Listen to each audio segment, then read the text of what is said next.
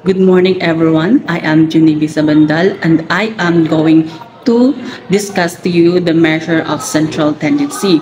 So, what is the measure of central tendency? So, the measure of central tendency provides a very convenient way of describing a set of scores with a single number that describe the performance of the group. So, the measure of central tendency, it is also used to describe the center of the data. Meaning, dito hinahanap natin yung center data of the performance of the group. So, there are three measures of central tendency, namely the mean, median, and mode. So, later on, I will discuss to you what are the mean, median, and mode. So, first is the mean. So what is mean? So it states that the mean or the arithmetic average, the mean is equal to the sum of all values in the data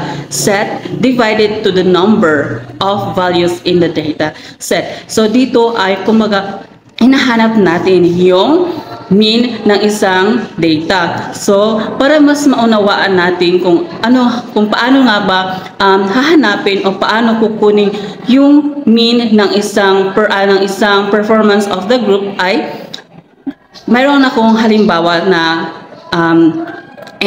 inhanda dito. Example for the ungrouped data of mean.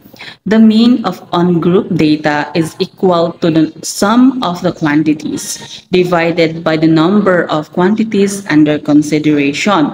So, I have here an example of ungrouped data for mean. Find the mean of the following scores of 15 students in Filipino quiz consisting of 25 items test.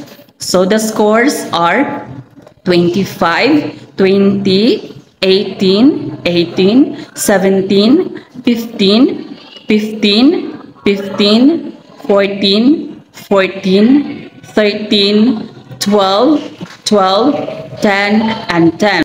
Para makuha natin yung mean of the ungrouped data, ay kinakailangan muna nating i-total lahat ng scores na nakuha nila at i-divide ito sa 15. Dahil yung 15, ito ay nagre-represent yung dami o population na nag-take ng quiz sa Filipino. So, the total scores of 15 students is equal to 228 divided by 15 and the result is 15.2. At yung interpretation or analysis nito ay masasabi natin na the average performance of the 15 students who participated in a Filipino quiz consisting of 25 items is 15.2.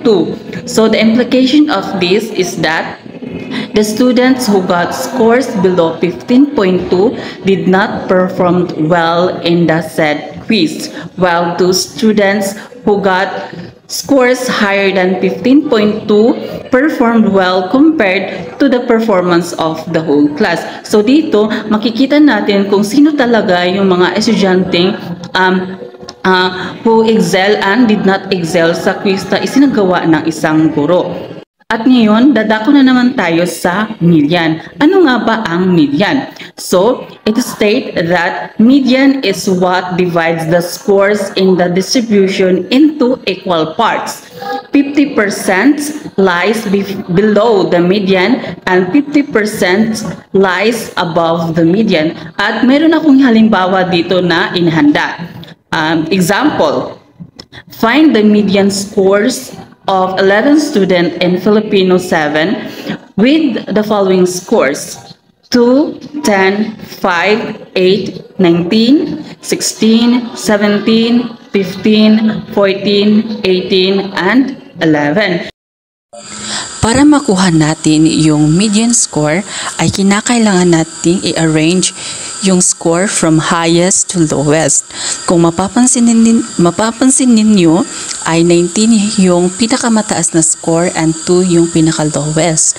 Bakit kinakailangan natin itong i-arrange from highest to lowest? Ay para madali nating malocate yung median score na which is yung 14.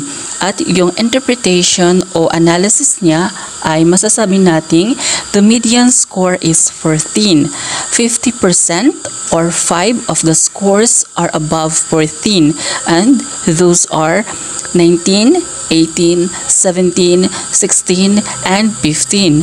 And 50% of the scores are below 14. Those are 11, 8, 10, 5, and 2. So ganun yung. Ngayon ay dumako naman tayo sa mood. Mood is a score that occurred most in the distribution or in our data set.